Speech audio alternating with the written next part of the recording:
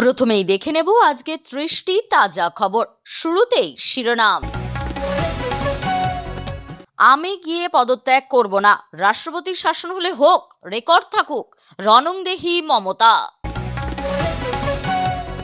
BJP কর্মীদের ছদ্মবেশে তাণ্ডব চালাচ্ছে তৃণমূলের গুন্ডা বাহিনী, কড়া আইনি হুঁশিয়ারি গেরুয়া শিবিরের।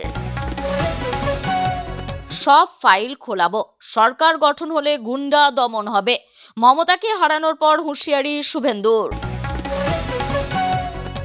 ৩ হেভিওয়েট নেতার হারে ৩ পাঠা বলি, মানত পূরণ করলেন তৃণমূলের প্রাক্তন বিধায়ক। ২০০ এফআইআর, ৮৩৩ গ্রেফতার, অশান্তি রুখতে যৌথ কন্ট্রোল রুমের ঘোষণা ডিজির, দাওয়াই বুলডোজার নিয়েও। ইস্তফা না দেওয়াটা প্রতিবাদের ভাষা, কালীঘাটে বিধায়কদের নিয়ে বৈঠক থেকে বেরিয়ে বললেন Kunal. Chief minister of West Bengal লেখা একটা চেয়ার পাঠিয়ে দেব ওনাকে, মমতাকে কটাক্ষ সৌমিত্রর। হাতাহাতির মাঝেই ব্যাগ থেকে বেরোলো বোমা, চোপড়ার বাজার এলাকায় মারাত্মক কাণ্ড, ছুটে এলো পুলিশ। উত্তপ্ত ক্যানিং, আক্রান্ত সাব ইন্সপেক্টর, ভাঙচুর পুলিশের গাড়ি, গ্রেফতার ৩৬। দখল তৃণমূলের দলীয় কার্যালয় ফিরিয়ে দিতেই বিজেপি বিধায়কের কাছে কেঁদে ফেললেন তৃণমূল কর্মী। পাল্টানোর পর নতুন মন্ত্রিসভার স্বরূপ কেমন হবে, মন্ত্রী করার ফর্মুলাই বা কি হতে পারে? মমতার বাড়িতে বৈঠক চলাকালীনই ফিরহাদ হাকিমের কনভয় থেকে কমলো গাড়ি, অরূপ বিশ্বাসের নিরাপত্তাতেও কোপ। প্রশাসনের ব্যর্থতার অভিযোগে হাইকোর্টে হুমায়ুন কবির, মুর্শিদাবাদের রাজনৈতিক হিংসায় কড়া পদক্ষেপের আর্জি। দলের হাওয়ায় কষ্ট পেলেও পরিবর্তনের হাওয়ায় খুশি দেব, টলিউডের স্বাধীনভাবে কাজের আশায় নতুন সরকারকে বিশেষ বার্তা। গণনায় কারচুপির অভিযোগে পদত্যাগে নারাজ মমতা, রাজ্যপালের কোর্টে বল ঠেললেন তৃণমূল সুপ্রিমো। রাহুল গান্ধীর সহকারী সেজে নির্বাচনে টিকিট পাইয়ে দেওয়ার প্রতিশ্রুতি, লক্ষ লক্ষ টাকা প্রতারণা। ৯ বার বিয়ে, টাকা সোনা নিয়ে উধাও, মহারাষ্ট্রে পর্দাফাঁস লুটেরা দুলহান চক্রের। শনিবার নতুন সরকারের শপথে নিরাপত্তার বজ্রআটুনি ব্রিগেডে, পুলিশের সঙ্গে আধা সেনাও। দিনভর উত্তাপ ইম্পায়, তৃণমূলের ঘনিষ্ঠ পিআর পদত্যাগের দাবিতে অনড় বিরোধী প্রযোজকেরা।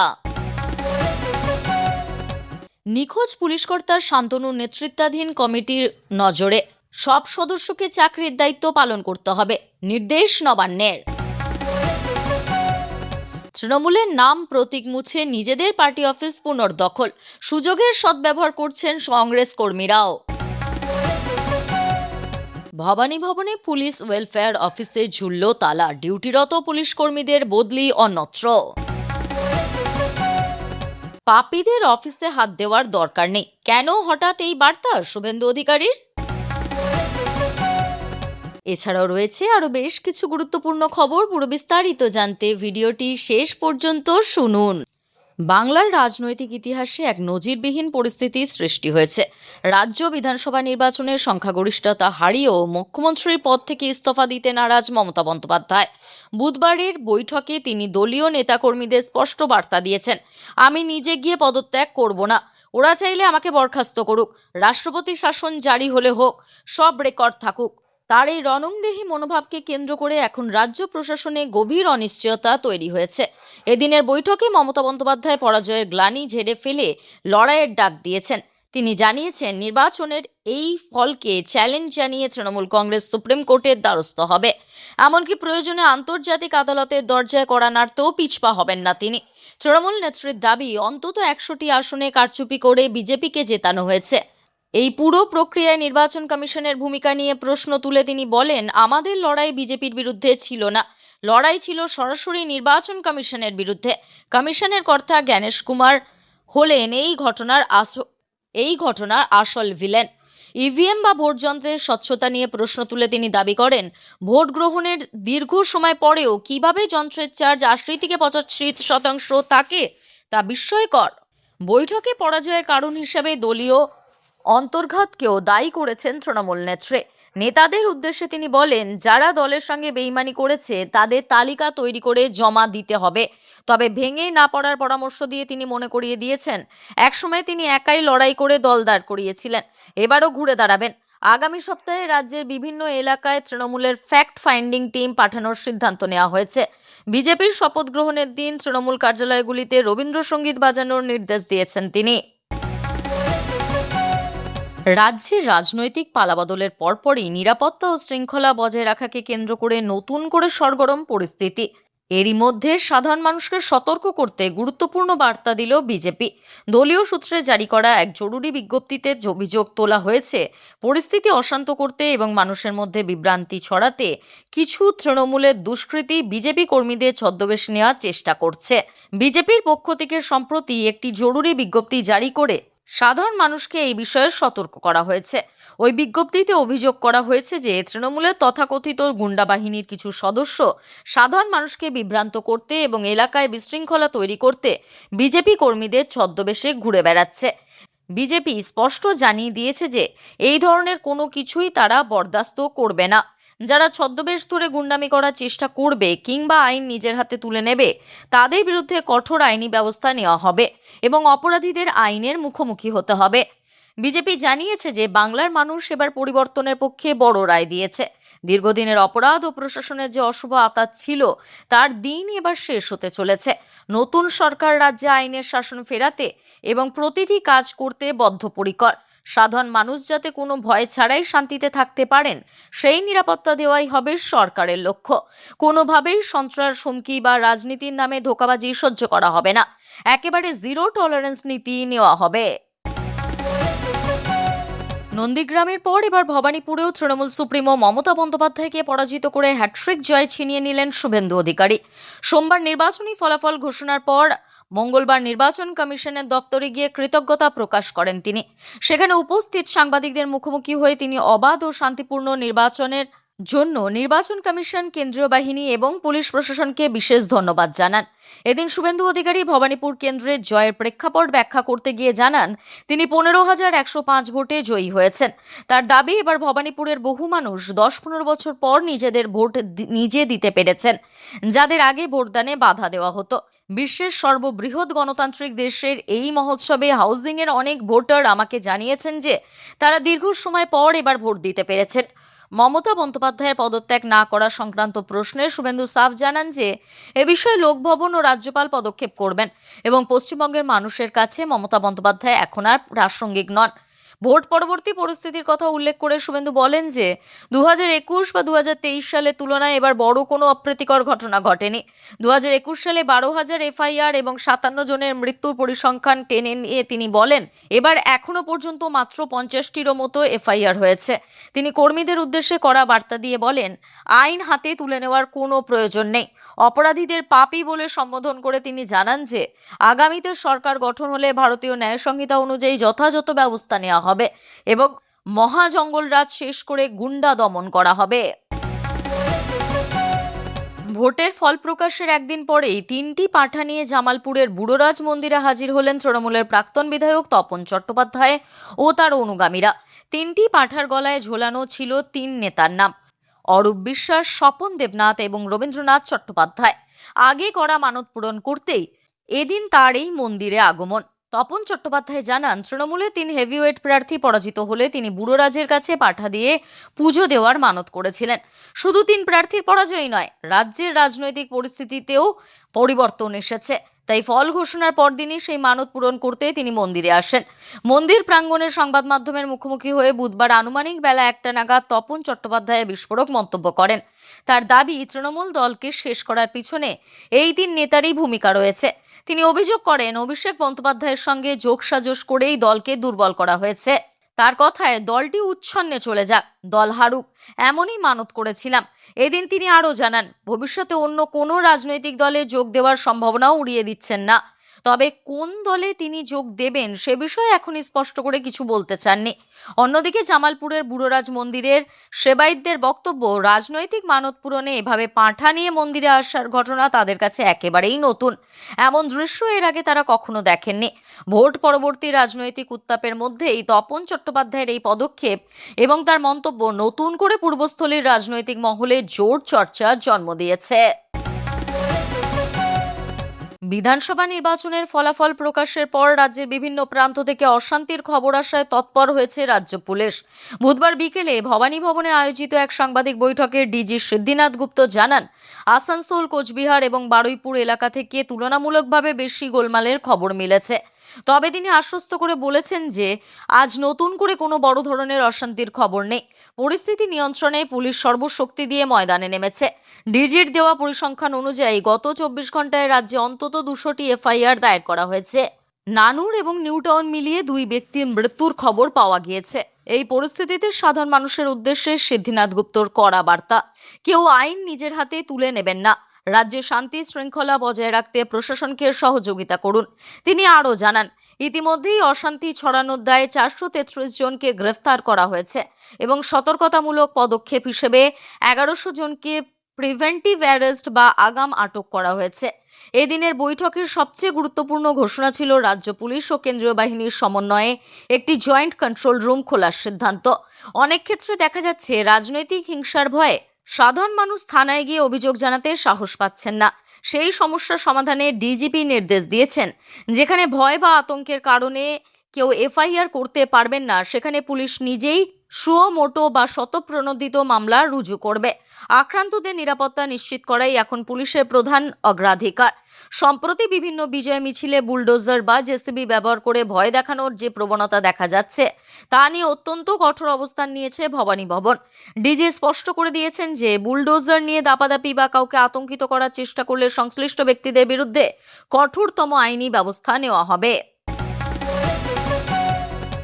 ভোট পরবর্তী অশান্তি আর গণনায় কারচুপির অভিযোগে এবার সরাসরি নির্বাচন কমিশন ও বিজেপির বিরুদ্ধে তোপ দাগলেন বেলেঘাটার জয়ী তৃণমূল বিধায়ক কুণাল ঘোষ। বুধবার বিকেলে কালীঘাটে জয়ী বিধায়কের নিয়ে বৈঠক ডাকেন তৃণমূল নেত্রী মমতা বন্দ্যোপাধ্যায়।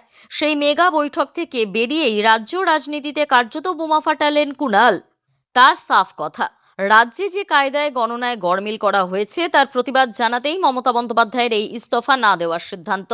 এদিন বৈঠক শেষে কুণাল ঘোষ অভিযোগ করেন, নির্বাচন কমিশন যেভাবে ভোট গণনা করেছে তা নিয়ে দলের বিস্তর অভিযোগ রয়েছে। তার দাবি, বহু আসনে গণনায় কারচুপি ও গড়মিল করা হয়েছে। কুণাল বলেন, মমতা বন্দ্যোপাধ্যায়ের ইস্তফা না দেওয়া আসলে তার প্রতিবাদের ভাষা। এটা সিম্বলিক। যেভাবে গণনায় বহু আসনে গড়মিল হয়েছে তা নির্বাচন কমিশনের বিরুদ্ধে ওনার প্রতিবাদ। আমাদের দলকে জোর করে হারিয়ে দেওয়া হয়েছে। বিজেপিকে বিধে কুণাল অভিযোগ করেন, রাজ্যে বর্তমানে একটি গ্যাং ঘুরছে যারা তৃণমূল কর্মীদের উপর হামলা চালাচ্ছে। বিজেপি নেতাদের বক্তব্যের সঙ্গে বাস্তবের কোনো মিল নেই বলেও দাবি করেন তিনি। হিংসার অভিযোগ তুলে তিনি বলেন, একের পর এক তৃণমূল কর্মী খুন হচ্ছেন এবং পার্টি অফিস দখল করা হচ্ছে। বুলডোজার প্রসঙ্গে তার অভিযোগ, কোনো নোটিশ ছাড়াই বুলডোজার চালিয়ে সাধারণ মানুষের কাজের জায়গা নষ্ট করা হয়েছে। মমতা বন্দ্যোপাধ্যায়ের মুখ্যমন্ত্রী পদ থেকে ইস্তফা না দেওয়া প্রসঙ্গে এবার কটাক্ষের সুর শোনা গেল সৌমিত্র খাঁর মুখে। একটি চেয়ার তাকে পাঠিয়ে দেওয়া হবে বলেও জানালেন বিজেপি সাংসদ। তিনি জানিয়েছেন, 7 তারিখের মধ্যে যদি সরকার না হতো তাহলে রাষ্ট্রপতি শাসন করতে হতো। তার জন্যই 4 তারিখে ফল ঘোষণা করতে হয়েছে। উনি যদি না ছাড়েন চেয়ার, তাহলে কেউ আনতেই যাবে না ওনার থেকে। আমি দিদিকে ও ভাইপোকে বলবো যে চেয়ার ছাড়তে যদি কষ্ট হয় আমরা একটা চেয়ার পাঠিয়ে দেব। Chief minister of West Bengal না লেখা একটি চেয়ারে ওনাকে পাঠিয়ে দেব। নিচে একটা এক্স লেখা থাকবে। আজীবন যেন চেয়ারটা থাকে, সেই ব্যবস্থা আমরা করব। এমনকি তৃণমূল কংগ্রেসেরও ভরাডুবি হয়েছে গোটা রাজ্যে। প্রথমবার এই রাজ্যে সরকারে এসেছে বিজেপি, কিন্তু এরপরও মুখ্যমন্ত্রী পদ থেকে ইস্তফা দিতে চাননি মমতা বন্দ্যোপাধ্যায়। এদিকে হরিশ চ্যাটার্জি স্ট্রিট, হরিশ মুখার্জি রোড ও কালীঘাট রোডে মমতা বন্দ্যোপাধ্যায় ও অভিষেক বন্দ্যোপাধ্যায়ের বাড়ির সামনে থেকে তুলে নেওয়া হলো অতিরিক্ত নিরাপত্তা। অতিরিক্ত নিরাপত্তা তুলে নেওয়া হয়েছে। মমতা বন্দ্যোপাধ্যায়ের বাড়ির গলির সামনের সিজার ব্যারিকেড খুলে দেওয়া হয়েছিল। বুধবার সকাল ঠিক 6:30টার সময় সবকটি জায়গা থেকেই একসঙ্গে অতিরিক্ত নিরাপত্তা তুলে নেওয়া হয় পুলিশের তরফে। আজ মমতা বন্দ্যোপাধ্যায় তার কালীঘাটের বাড়িতে জয়ী তৃণমূল বিধায়কদের সঙ্গে বৈঠক করেন। সেখানে উপস্থিত হয়েছিলেন অভিষেক বন্দ্যোপাধ্যায়ও। আদৌ কি এই বৈঠকেই বিরোধী দলনেতা হিসেবে বেছে নিয়েছেন নাকি কাউকে মমতা বন্দ্যোপাধ্যায় তা এখনো জানা যায়নি। হাতাহাতি ধস্তাধস্তির মাঝেই ব্যাগ থেকে বেরিয়ে এলো বোমা। বুধবার উত্তর দিনাজপুরের চোপড়ায় ঘটনাটি ঘটেছে। কোনো অঘটন না ঘটলেও এই ঘটনা ঘিরে আতঙ্কিত হয়ে পড়েছেন স্থানীয়রা। সেই সঙ্গেই এলাকার নিরাপত্তা নিয়েও প্রশ্ন উঠতে শুরু করেছে। এদিন চোপড়ার কালাগজ বাজার এলাকায় ঘটনাটি ঘটে। স্থানীয় সূত্রে খবর, এদিন কোনো একটি বিষয়ে দুই পক্ষের মধ্যে বচসা শুরু হয়। এরপর সেই বিবাদ হাতাহাতি ও মারপিটের চেহারা নেয়। পরিস্থিতি উত্তপ্ত হতে দেখে স্থানীয়রা বিষয়টি থামাতে এগিয়ে আসেন। অভিযোগ, সেই সময়ই একজনের ব্যাগ থেকে একটি বোমা রাস্তার উপর পড়ে। সেই দৃশ্য দেখা মাত্রই দুই ব্যক্তিকে ঘিরে ফেলেন স্থানীয়রা। তাদের আটকে রাখা হয়। সেই সঙ্গেই এলাকায় উত্তেজনা ছড়িয়ে পড়ে। খবর পেয়ে ঘটনাস্থলে হাজির হন চোপড়া থানার আইসি কেশব বড়াল ও ডিএসপি রাহুল বর্মন। এরপর অভিযুক্তদের উদ্ধার করে নিজেদের হেফাজতে নেয় পুলিশ। এছাড়া বোমা নিষ্ক্রিয় করার জন্য বম্ব স্কোয়াডে খবর দেওয়া হয়। পরিস্থিতি নিয়ন্ত্রণে রাখতে বিশাল পুলিশ বাহিনী এলাকা ঘিরে রাখে। এই ঘটনার পিছনে কোনো রকমের ষড়যন্ত্র রয়েছে কিনা সেটা খতিয়ে দেখতে শুরু করেছে প্রশাসন। অন্যদিকে এই ঘটনা ঘিরে এলাকায় রাজনৈতিক টানাপোড়েন শুরু হয়েছে। সরব হয়েছে স্থানীয় বিজেপি নেতৃত্ব। তাদের অভিযোগ, এলাকায় চলতে থাকা তোলাবাজির প্রতিবাদ করার জন্য দুষ্কৃতীদের একাংশ তাদের উপর চড়াও হয়েছে। ভোট মিটতে না মিটতেই এই ধরনের ঘটনা ঘটায় চোপড়ার কালাগজ বাজার এলাকায় তীব্র উত্তেজনা ছড়িয়ে পড়ে। ইতিমধ্যেই এই ঘটনার তদন্তে নেমেছে প্রশাসন। আগামী দিনে কি সামনে আসে সেটাই এখন দেখার। ভোটের পর প্রবল উত্তেজনার ছবি। উত্তপ্ত ক্যানিং, পুলিশকে বেধড়ক মার আক্রান্ত সাব ইন্সপেক্টর। পুলিশকে মারধরের ঘটনায় ধরপাকড়, ভাঙচুর পুলিশের গাড়ি, গ্রেফতার 36। নারায়ণপুর পঞ্চায়েত ভেঙে ঢোকার চেষ্টা করে একদল মানুষ, পুলিশ সূত্রে তা জানা গিয়েছে। ঘটনাস্থলে ঘুটিয়ারি শরীফ ফাঁড়ির পুলিশ গেলে পুলিশকে বেধড়ক মারধর করা হয়। পুলিশকে লক্ষ্য করে ইট ভাঙচুর, পুলিশের গাড়ি 3টি গাড়িতে ভাঙচুর করা হয়েছে। এদিকে ভোট পরবর্তী হিংসা যেন থামতেই চাইছে না। ন্যাজাটে ভেরি দখল ঘিরে সংঘর্ষে গুলিবিদ্ধ হতে হয়েছে 3 পুলিশ কর্মীকে। গ্রেফতার করা হয়েছে 4 জনকে। অন্ধকারে গুলি চালানোর অভিযোগ উঠেছে। এরপর সংঘর্ষ থামাতে গিয়ে আক্রান্ত হয়েছে পুলিশ। ভেরি দখল ঘিরে তৃণমূল বিজেপির সংঘর্ষ, 11 জনের নামে এফআইআর, গ্রেফতার 4। ঘটনাস্থলে বিএসএফ এর শীর্ষ আধিকারিক, বারাসাত পুলিশ জেলার আইজি সমীক ভট্টাচার্য ইতিমধ্যেই বার্তা দিয়েছেন যে তৃণমূলে যেসব কর্মীরা বিজেপির পতাকা হাতে নিয়ে অশান্তি ছড়াচ্ছেন তাদের কঠোর ব্যবস্থা নেওয়া হবে। যেভাবে হিংসার ঘটনা ঘটছে তা যেন কড়া হাতে দমন করা হয়। তাই নিয়ে একেবারে অভিযোগ জানিয়ে এসেছেন বিজেপির রাজ্য সভাপতি। তিনি জানিয়েছেন, বিজেপি তৃণমূলীকরণ হবে না। 2 জন কর্মী নিহত। আমরা জিতেছি, উল্টো ফল হলে 200 জন খুন হতো। অভ্যন্তরীণ দ্বন্দ্বে গেরুয়া আবির লাগিয়ে তৃণমূলের পার্টি অফিস দখল। তৃণমূলের কর্মীরাই রাতারাতি বিজেপির পতাকা নিয়ে হামলা চালাচ্ছে। কেউ অফিস দখল করলে দল থেকে তাড়িয়ে দেব। ভোট পরবর্তী সন্ত্রাস রুখতে কড়া বার্তা সমীক ভট্টাচার্যের। তিনি আরও বলেছিলেন, ভয়ের বদলে ভরসার গ্যারেন্টি দিয়েছিলেন প্রধানমন্ত্রী। সাম্প্রদায়িত্ব, অশান্তি তৈরির চেষ্টা চলছে, আমাদের নজর আছে। আমরা ঘোষণা করেছিলাম মহাকরণ থেকে সরকার চলবে, কিন্তু মহাকরণ কি অবস্থায় আছে তা দেখবেন নতুন মুখ্যমন্ত্রী। শুভেন্দু অধিকারীও বার্তা দিয়েছেন, শান্তি বজায় রাখতে হবে। ওরা অনেক অত্যাচার করেছে, কিন্তু আপনারা আইন হাতে নেবেন না। প্রত্যেকটা মামলাকে রিওপেন করা হবে। 9 তারিখের পর পুলিশের অনুমতি নিয়ে বিজয় মিছিল করবেন। শান্তিপূর্ণভাবে বিজয় মিছিল করুন। কেউ অপরাধী হতে পারেন, কিন্তু তার পরিবারের সদস্যরা সবাই অপরাধী নয়। দখল হওয়া তৃণমূলের দলীয় কার্যালয়ে ফিরিয়ে দিলেন দুর্গাপুর পশ্চিমের বিজেপি বিধায়ক লক্ষণ ঘরুই। দলীয় কার্যালয় ফিরে পেয়ে আবেগে কেঁদে ফেললেন তৃণমূল কর্মী। মিষ্টি বিতরণ করে সকলকে শুভেচ্ছা জানালেন বিজেপি বিধায়ক। রাজ্যে গেরুয়া ঝড় উঠতেই দেখে দেখে তৃণমূলের দলীয় কার্যালয় দখলের অভিযোগ আসছিল। তারপরেই বিজেপির রাজ্য সভাপতি সমীক ভট্টাচার্য স্পষ্ট বার্তা দিয়েছেন, কোনোভাবেই এই ধরনের অন্যায় মেনে নেওয়া যাবে না। দলীয় সভাপতির নির্দেশে বিজেপি বিধায়করা তৃণমূলের দলীয় কার্যালয়ে ফিরিয়ে দিচ্ছেন। দুর্গাপুরের 32 নম্বর ওয়ার্ডের পলাশটিহা এলাকাতেও তৃণমূলের একটি দলীয় কার্যালয় ছিল। সেই কার্যালয় দখল করে বিজেপির ঝান্ডা লাগিয়ে দিয়েছিল বিজেপির কর্মীরা। এই অভিযোগ সামনে আসতেই দুর্গাপুর পশ্চিমের বিজেপি বিধায়ক লক্ষণ ঘরুই পলাশটিহা এলাকায় পৌঁছে তৃণমূলের দলীয় কার্যালয় ফিরিয়ে দেন। চাবি খুলে তৃণমূলের দলীয় ঝান্ডা সসম্মানে ফিরিয়ে দিতেও দেখা যায় তাকে। বিজেপি বিধায়কের এই কর্মকাণ্ডে আবেগে কেঁদে ফেললেন তৃণমূল কর্মী। লক্ষণ ঘরুই বলেন, যেখানে যা অন্যায় হচ্ছে তার বিরুদ্ধে পুলিশকে ব্যবস্থা নিতে বলেছি আমরা। এইখানেও তৃণমূলের দলীয় কার্যালয় আমরা ফিরিয়ে দিলাম। সঙ্গে মিষ্টি বিতরণ করা হয়। তৃণমূল কর্মী সমীর আনসারি বলেন, আমি নিজের হাতে এই কার্যালয় গড়ে তুলেছিলাম। ভুল বোঝাবুঝির জন্য আমাদের কার্যালয় দখল হয়েছিল, বিধায়ক ফিরিয়ে দিলেন। আমি খুব খুশি। আজকের গুরুত্বপূর্ণ ঘটনাগুলি এখানেই শেষ। পরবর্তী আপডেটের জন্য সঙ্গে থাকুন এবং সঠিক তথ্য পেতে অপেক্ষা করুন। ধন্যবাদ।